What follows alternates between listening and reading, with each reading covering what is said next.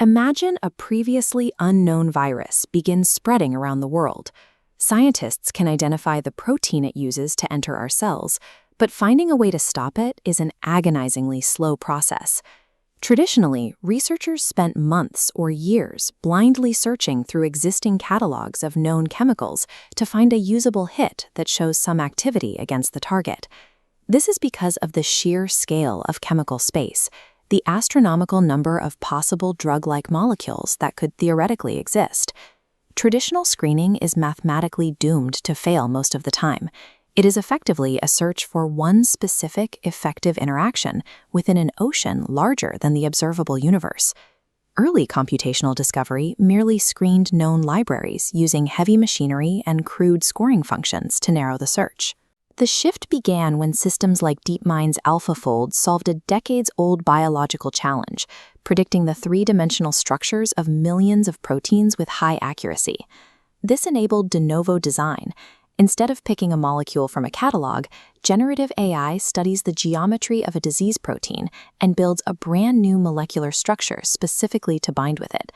Within a matter of hours, these models can generate thousands of new candidate medicines that have never been synthesized before. But while an AI can design a molecule in days, that candidate still faces a clinical timeline that spans a decade. Simulating a successful binding event on a computer screen is just the first step. To become a medicine, that molecule has to survive the chaotic environment of the human body. Every candidate must pass through a gauntlet known as ADME: absorption, distribution, metabolism, and excretion. A molecule might work perfectly in a laboratory dish, but break down immediately during liver metabolism, or fail to reach the intended organ. AI manages this as a multi-objective optimization problem, attempting to balance binding strength with solubility, stability, and safety.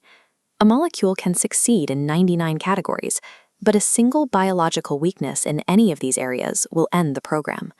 Because AI only learns from known chemical patterns, its novel designs eventually have to face the ultimate fact-checker: physical chemistry. This creates a closed loop. The AI proposes an experiment, and a robotic laboratory physically synthesizes the molecule to test the model's predictions.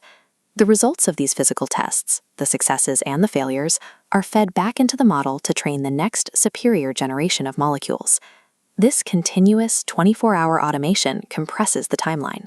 Human teams no longer wait weeks for synthesis and analysis before making decisions. AI isn't abandoning the scientific method, it is turning trial and error into a continuous engine of intelligent acceleration. Generative models carry risks like reward hacking. If the AI is incentivized solely to maximize binding strength, it might design something chemically nonsensical. The result could be an enormous, highly toxic compound that is physically impossible to manufacture or unstable in a human patient.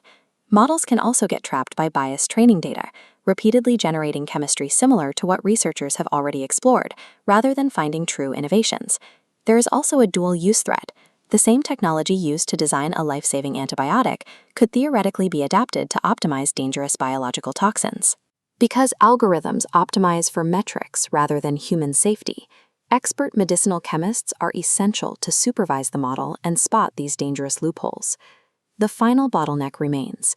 No artificial intelligence can yet simulate the staggering complexity of a living, breathing human being.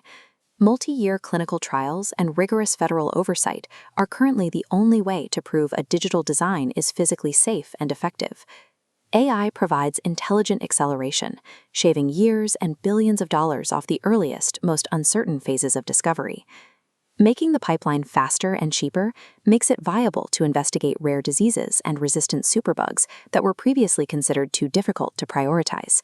This technology allows scientists to navigate chemical territories that were previously considered inaccessible, providing the blueprints to treat conditions we once thought were untreatable.